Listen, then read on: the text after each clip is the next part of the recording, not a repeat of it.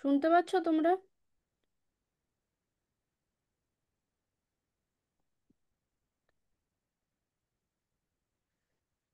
ঠিক আছে।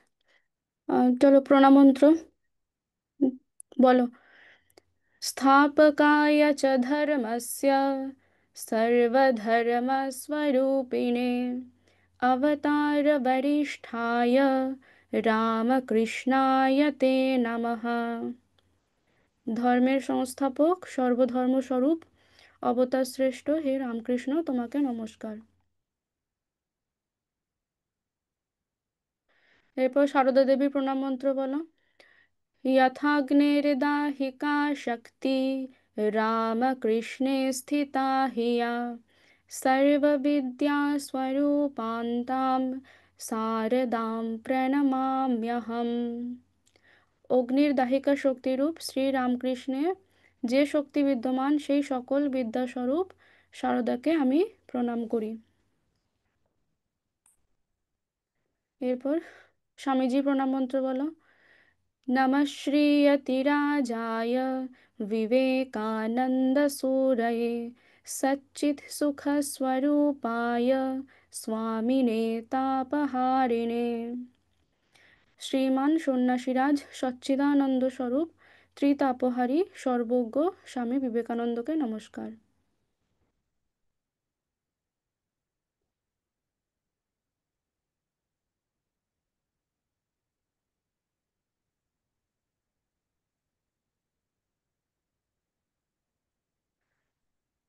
আজকে একটা গল্প বলবো, সেটা হচ্ছে হাতি আর শৃগালের গল্প। ছবিতে দেখতে পাচ্ছ একটা হাতি রয়েছে, একটা শৃগাল রয়েছে। দেখতে পাচ্ছ তো? কি দেখতে পাচ্ছ না দেখতে পাচ্ছ? হ্যাঁ কি না? হাত তোলো, দেখতে পেলে হাত তোলো।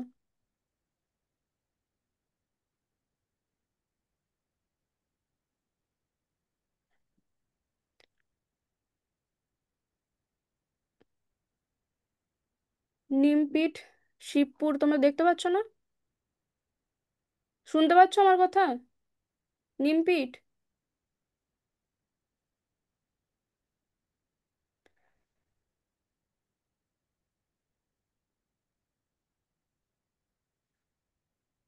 শিবপুরের স্টুডেন্টরা শুনতে পাচ্ছ, দেখতে পাচ্ছ?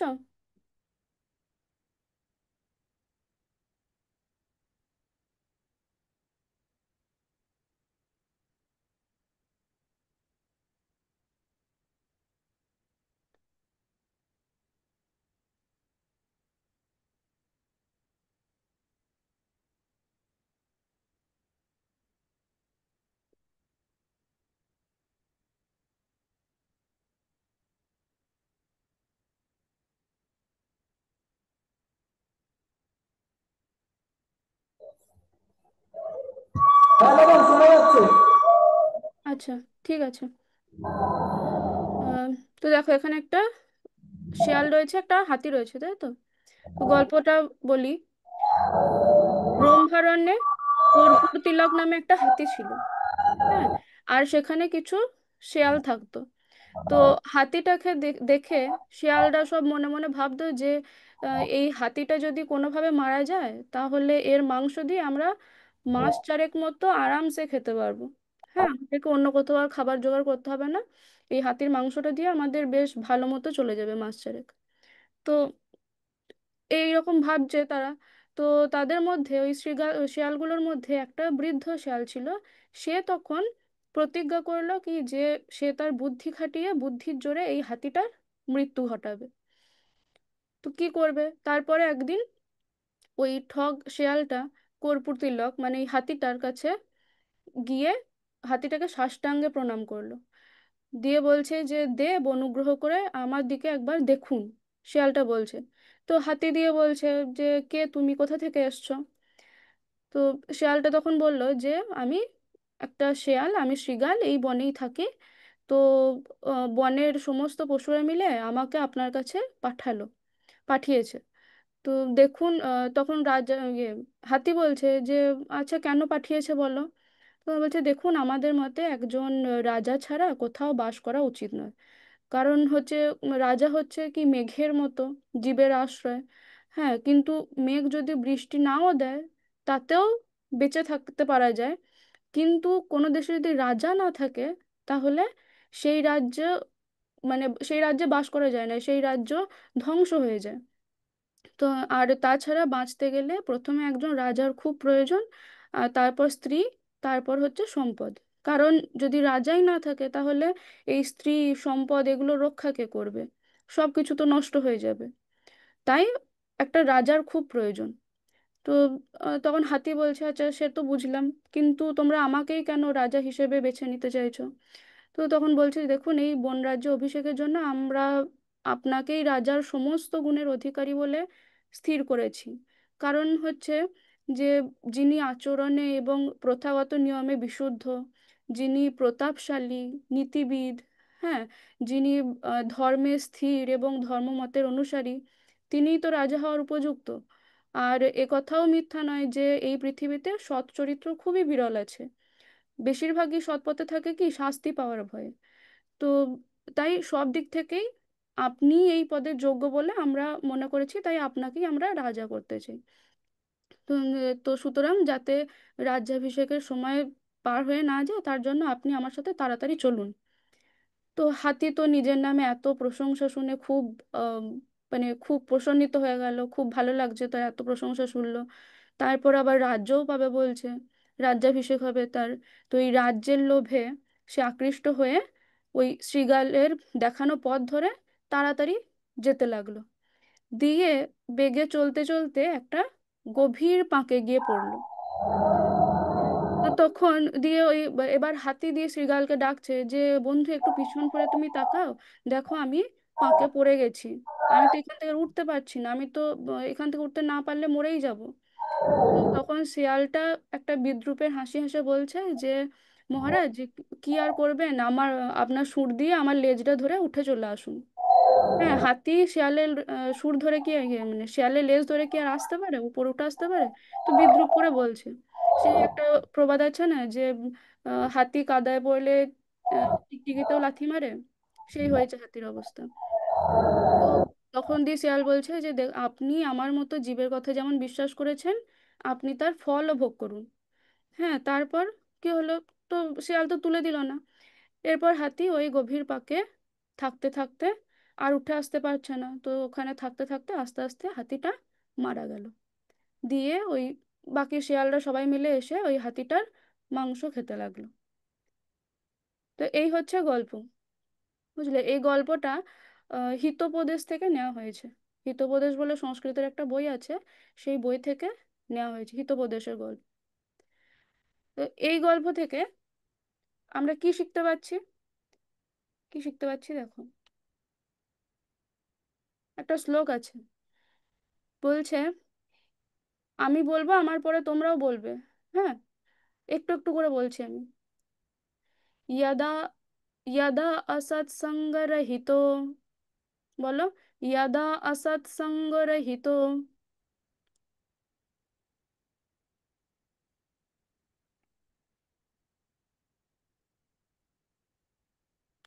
भविष्यसि भविष्यसि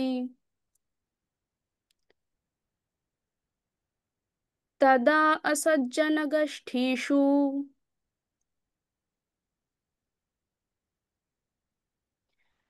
पतिष्यसि पतिष्यसि। এখানে কি লেখা রয়েছে? यदा सत्संगरहितो भविष्यसि भविष्यसि तदा असज्जनगष्ठीषु पतिष्यसि पतिष्यसि। বলছে, ইয়াদা, যখন, ত্বম, তুমি, অসৎ অসৎসঙ্গ রহিত ভবিষ্যসি, অসৎ সঙ্গ রহিত থাকবে, তদা ভবিষ্যসি, তখন থাকবে। ইয়াদা, যখন, অসজ্জন গোষ্ঠীষু পতিষ্যসি, যখন অসজ্জনদের গোষ্ঠীতে পতিত হবে, তদা পতিষ্যসি, তখন পতিত হবে। বুঝতে পারলে কি বলছে এখানে? আচ্ছা, এটা তোমরা লিখে নাও, তারপর আমি বলছি ব্যাখ্যাটা। তোমরা লিখে নাও, লেখা হয়ে গেলে হাত তোলো, আমি বুঝতে পারবো লেখা হয়ে গেছে কিনা। তারপর আমি বলছি। এটা হিতোপদেশ থেকে নেওয়া হয়েছে, এই শ্লোকটা হিতোপদেশে আছে।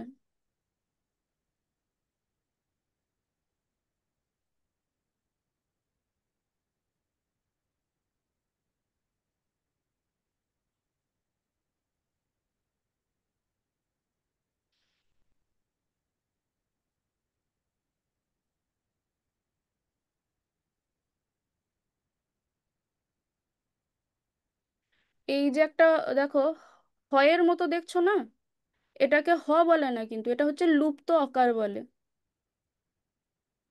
ঠিক আছে, হয়ের মতো নয়, হয়ের মতো দেখতে কিছুটা, কিন্তু দেখো উপরে মাত্রা নেই। এটাকে বলে লুপ্ত অকার।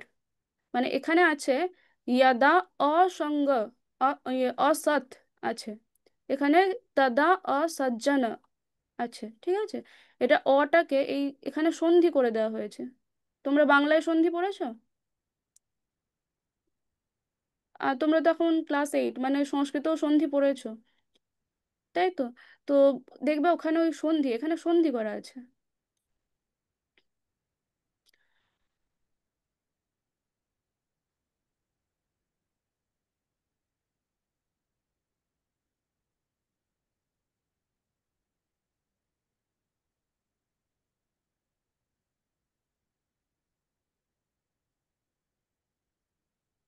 বাংলা অর্থটাও লিখবে।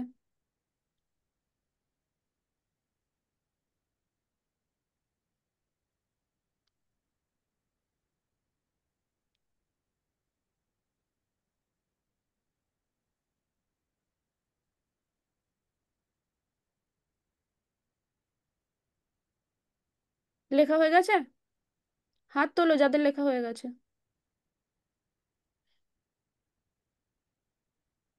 নিমপিট হয়ে গেছে। এস এস আর কে SVM হয়ে গেছে।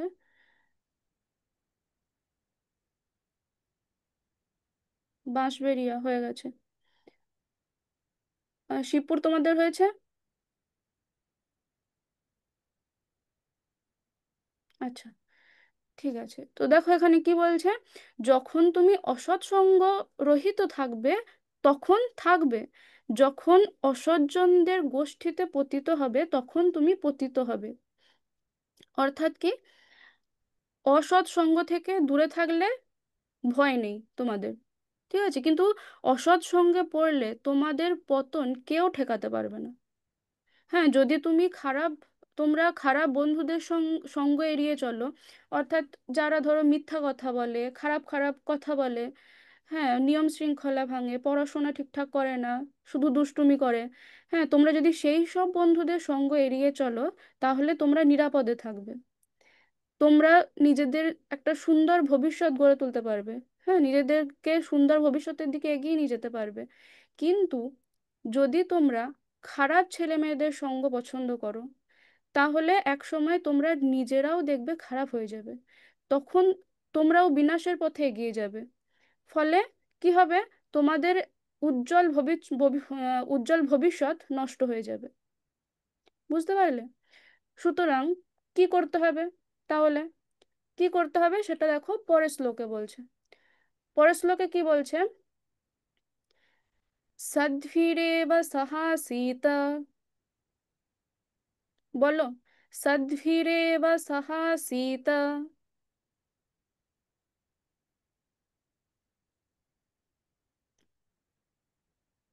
সদ্ভিः কুর্বিত সঙ্গতিম। হ্যাঁ বলো, সদ্ভিরেব সহাসীত, সদ্ভিः কুর্বিত সঙ্গতিম।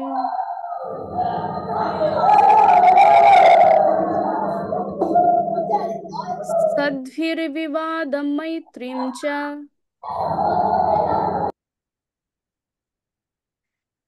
নাসদ্ভিः কিঞ্চিদ আচরেৎ।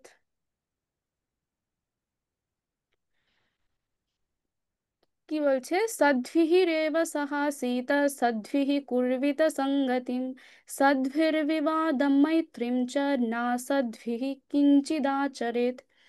মনুষ্যः সদ্ভিः সহ এব আসিত। মানুষকে সৎ লোকেদের সঙ্গেই বাস করতে হবে। সদ্ভিহি সঙ্গতিম কুর্বিত, সৎ লোকেদের সঙ্গেই সম্পর্ক স্থাপন করতে হবে। সদ্ভিঃ বিবাদম মৈত্রীম চ কুর্বিত। সৎ লোকেদের সঙ্গেই বিবাদ এবং মিত্রতা করতে হবে। অসদ্ভিঃ সহ কিঞ্চিৎ না আচরেৎ। অসৎ লোকেদের সঙ্গে কোনো কিছুই আচরণ করা উচিত নয়। বুঝতে পারলে? লেখো, এটা লিখে নাও। এটা সুভাষিত রত্নভাণ্ডার বলে একটি বই আছে, সেই বইটাতে আছে এই শ্লোকটা। এই শ্লোকটা লিখে নাও। লেখা হয়ে গেলে হাত তুলবে।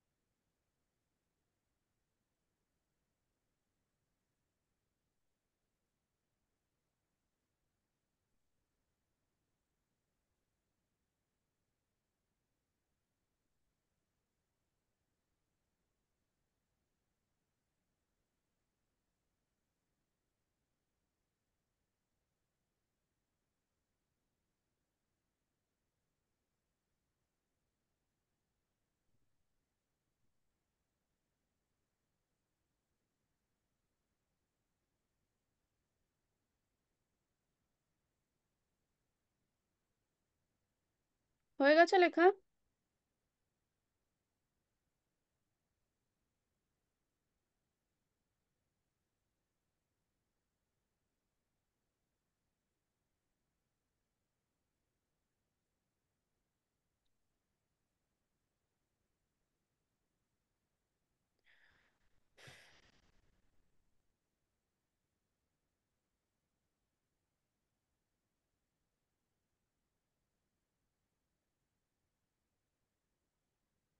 হয়েছে। তো দেখো কি বলছে, মানুষকে সৎ লোকেদের সঙ্গেই বাস করতে হবে, সৎ লোকেদের সঙ্গেই সম্পর্ক স্থাপন করতে হবে। সৎ লোকের সঙ্গেই বিবাদ এবং মিত্রতা করতে হবে। অসৎ লোকেদের সঙ্গে কোনো কিছুই আচরণ করা উচিত নয়। অর্থাৎ এই শ্লোকটা কি বলছে দেখো, জীবনযাপনের পথে আমাদের এমন মানুষের সাথে থাকতে হবে যারা চরিত্রবান, হ্যাঁ, যারা সত্য কথা বলে, সত্যবাদী, ন্যায়পরায়ণ, দয়ালু, সেই সব মানুষদের সাথে থাকতে হবে। হ্যাঁ, সৎ মানুষদের সাহচর্যে থাকলে কি হবে বলো তো? আমাদের চারিত্রিক গুণাবলী বিকশিত হবে, নৈতিক শিক্ষা, আদর্শ এগুলো বজায় থাকবে, বজায় রাখা সহজ হবে। হ্যাঁ, ভুল পথে যাওয়ার আশঙ্কাটা কম থাকবে। দেখবে, আগুনের কাছে থাকলে কি হয়, আগুনের কাছে থাকলে আমরা যেমন উষ্ণতা পাই না, তেমনি সজ্জন মানুষদের কাছে থাকলে আমরা সৎ গুণ শিখতে পারি, সৎ গুণ পাই। যদি বন্ধুত্ব করতে হয় বা কোনো সম্পর্ক স্থাপন করতে হয়, গড়ে তুলতে হয়, তাহলে তাও সৎ মানুষের সঙ্গেই গড়ে তুলতে হবে। কেন? কারণ হচ্ছে, যদি সত্যিকারের বন্ধুত্ব তখনই সম্ভব হবে যখন উভয় পক্ষ বিশ্বাসযোগ্য হবে, উভয় পক্ষই সৎ বুদ্ধি সম্পন্ন হবে, তাই তো? তো সৎ মানুষ কি হয়, কাউকে ঠকায় না, কারোর সাথে প্রতারণা করে না, ফলে সম্পর্কটা শান্তিপূর্ণ হয়। বুঝতে পারলে? তখন সেই সম্পর্কটা টিকে থাকে। আবার বলছে, যদি কোনো কারণে মতবিরোধ বা বিতর্ক করতে হয়, তর্ক করতে হয়, তাও সৎ লোকেদের সাথেই করতে হয়, সৎ লোকের সাথেই করা উচিত। কেন? কারণ হচ্ছে, সৎ লোকেদের সঙ্গে যদি বিবাদ হয়, সেটা কি হবে, যুক্তি নির্ভর একটা বিবাদ হবে। হ্যাঁ, তারা একে অপরের প্রতি সম্মান বজায় রেখেই দেখবে বিবাদ করবে, তাই তো? শান্তিপূর্ণভাবে সেই বিবাদটা মেটানো হবে, মেটানোর চেষ্টা করা হবে। তো এই রকম মতভেদ থেকেও কিন্তু অনেক কিছু শিক্ষা পাওয়া যায়। তো বলছে যে, আবার যদি মিত্রতা করতে হয়, তাহলে বিবাদ করতে হলে সৎ লোকের সাথেই করতে হবে। আবার যদি মিত্রতা করতে হয়, তো তার সেটা তো সৎ লোকের সাথেই করা উচিত। হ্যাঁ, সৎ লোকই তার যোগ্য বন্ধু হওয়ার। কারণ তারা কি হয়, বিশ্বস্ত হয়, সহানুভূতিশীল হয়, বিপদে পাশে থাকে, তাই তো? কিন্তু অসৎ লোকেদের সঙ্গে কোনো কিছুই আচরণ করা উচিত নয়। অসৎ মানুষের সঙ্গে না বসবাস করা, না কোনো সম্পর্ক স্থাপন করা, না বন্ধুত্ব করা, না শত্রুতা করা, কোনো কিছুই করা উচিত নয়। বুঝতে পারলে? কারণ তারা কি হয়, তারা আত্মকেন্দ্রিক হয়, মিথ্যাবাদী হয়, হিংসুটে হয়। তো তারা ঠকাতে পারে বা তোমাকে বিপদে ফেলতে পারে। তাই তাদের সঙ্গে যুক্ত হলে কি হয়, তোমাদের যে নৈতিক শিক্ষা, এবং নৈতিক শিক্ষা নষ্ট হয়ে যায়, মানসিক শান্তি নষ্ট হয়। বুঝতে পারলে? দেখবে বিষ যেমন, যতই সুন্দর পাত্রে তুমি রাখো না কেন বিষকে, তা পান করলে কি হয়, ক্ষতিই তো হয়। একটা সুন্দর সোনার পাত্রে তুমি যদি বিষ রাখো, তো তাতে করে কি বিষটা অমৃত হয়ে যাবে? হবে না, সে বিষই থাকবে, তাই তো? তো সেই রকম, যদি যে অসৎ, তাকে তুমি যত ভালো সম্পর্কেই রাখো না কেন, যত ভালো বন্ধুই মনে করো না কেন, অসৎ কিন্তু ক্ষতিই করবে, সে ভালো করে না। সৎসঙ্গ কি করবে, আমাদের উন্নতির পথে এগিয়ে নিয়ে যায়। আর অসৎ সঙ্গ কি করে বলো তো, ধ্বংসের দিকে টেনে নিয়ে আসে। তাই জীবনে কার সাথে থাকছি, হ্যাঁ, কার সাথে বন্ধুত্ব স্থাপন করছি, সেটা খুব ইম্পর্টেন্ট, খুব গুরুত্বপূর্ণ সেটা। একটা প্রবাদ আছে না, বাংলায়, যে সৎ সঙ্গে স্বর্গে বাস আর অসৎ সঙ্গে নরক বাস। শুনেছো তো এই প্রবাদটা? তো তাই সব সময় কি, সৎ মানুষদের সাথে থাকতে হবে, এবং নিজেদেরকেও কি সৎ পথে চলতে হবে সব সময়। বুঝতে পারলে? এই শ্লোকটা এটাই বলছে। তাহলে কি করা উচিত নয় আর কি করা উচিত, সেটাও বলা হলো। উম, আর একটা গল্প আছে, সেটা আজকে সময় হবে না, পরের দিন বলবো। তিনটে মাছের কথা পরের দিন বলবো, আজকে তো টাইম হয়ে এসছে তোমাদের। আজকে এতটাই থাক। ওম শান্তি শান্তি শান্তি। হরি ওম তৎসৎ। শ্রীরামকৃষ্ণার্পণমস্তু।